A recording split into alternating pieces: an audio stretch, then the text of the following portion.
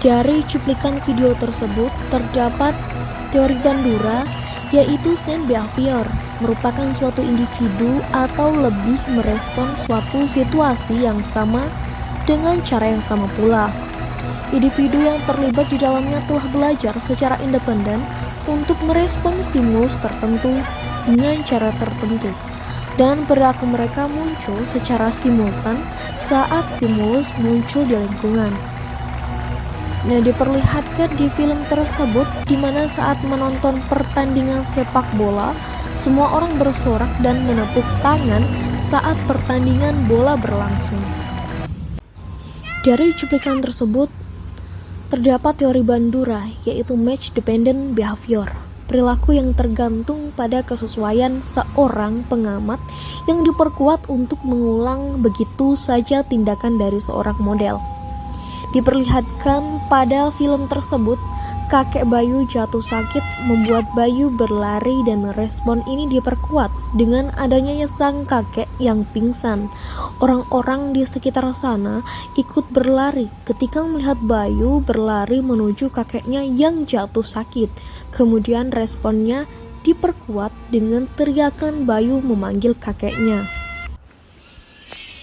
Pada durasi 10 menit 42 detik, ditemukan belajar observasional.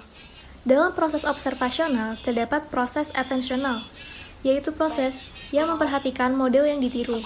Karakteristik ini juga akan mempengaruhi sejauh mana mereka akan diperhatikan oleh pengamat. Model yang memiliki kelebihan dianggap lebih kuat dan atraktif. Di dalam film tersebut diperhatikan Harry yang sedang memberikan musik box lagu Garuda di Dadaku ke Bayu, di mana lagu tersebut pernah dinyanyikan oleh ayah Bayu saat pertandingan sepak bola. Sehingga Hari ingin kelak suatu saat Bayu akan menyanyikan lagu tersebut di saat pertandingan sepak bola. Konsep motivasi menurut Bandura.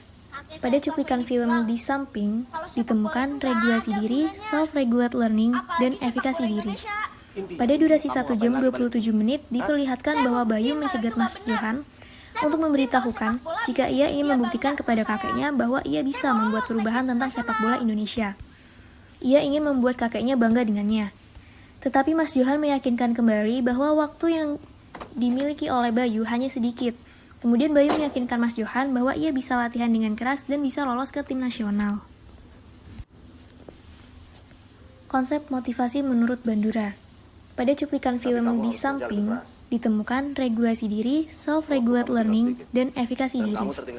Pada durasi 1 jam 27 menit diperlihatkan bahwa Bayu mencegat Mas Johan untuk memberitahukan jika ia ingin membuktikan kepada kakeknya bahwa ia bisa membuat perubahan. Dari cuplikan video tersebut terdapat self-efikasi yang merupakan kemampuan diri untuk mempengaruhi hasil yang diharapkan atau keyakinan seseorang bahwa mereka sanggup melakukan perilaku yang menghasilkan keluaran yang diinginkan dalam situasi tertentu. Pada film terlihat adanya self-efikasi pada diri Bayu karena ia memiliki kemampuan yang baik dalam bermain sepak bola dan ia terus berlatih dengan sungguh-sungguh untuk meningkatkan kemampuannya agar ia bisa lulus dalam seleksi SSB. Sebelum mengikuti seleksi SSB, Bayu sudah yakin bahwa ia bisa lulus dengan kemampuan yang ia miliki. Kesimpulan, dari hasil analisis film Garuda di Dadaku, berdasarkan teori Bandura, dapat disimpulkan bahwa ada kaitan beberapa adegan film dengan teori belajar Bandura, seperti same behavior, coping behavior, match dependent behavior, dan belajar opsional.